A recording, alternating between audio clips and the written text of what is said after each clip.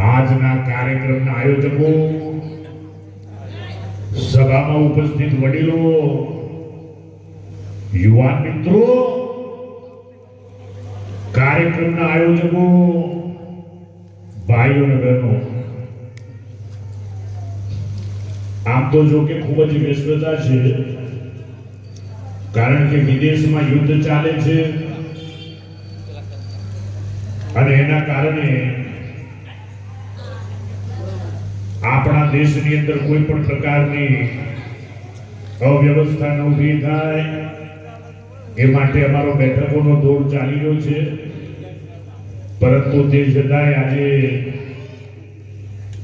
પુણ્યશાળી આત્મા એવા કંકુબા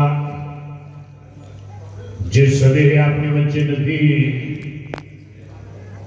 અને અમારા ભાઈ શ્રી અલ્પેશભાઈના આમંત્રણને ખાસ માન આપીને મારે અહીં તાત્કાલિકના ધોરણે દિલ્હીથી આવવાનું થયું છે. ભાઈઓ, પાવન અને પવિત્ર સિદ્ધપુરની ધરતી અને એવા સિદ્ધપુરની પડખે આવેલું આવું દેખડી ગામ અને એ ગામની ધરતી ઉપર મને બે શબ્દો બોલવાનો લાવો મળ્યો છે, જેથી હું મારી જાતને ધન્ય માનું છું. ભાઈઓ, કેટલાક લોકોને પેટ્રોલની ચિંતા છે, કેટલાક લોકોને ગેસના બાટલાની ચિંતા છે. આપ સૌ ચિંતા ન કરો, પરિસ્થિતિ થાળે પડી જશે.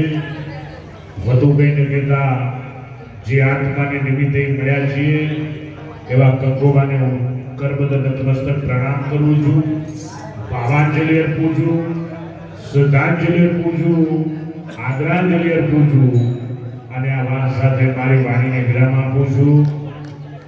દરેકને ખૂબ ખૂબ ધન્યવાદ. જય હિન્દ, જય ભારત, જય જય ગરવી ગુજરાત. બોલો ભારત માતા કી વંદે. ખૂબ ખૂબ ધન્યવાદ.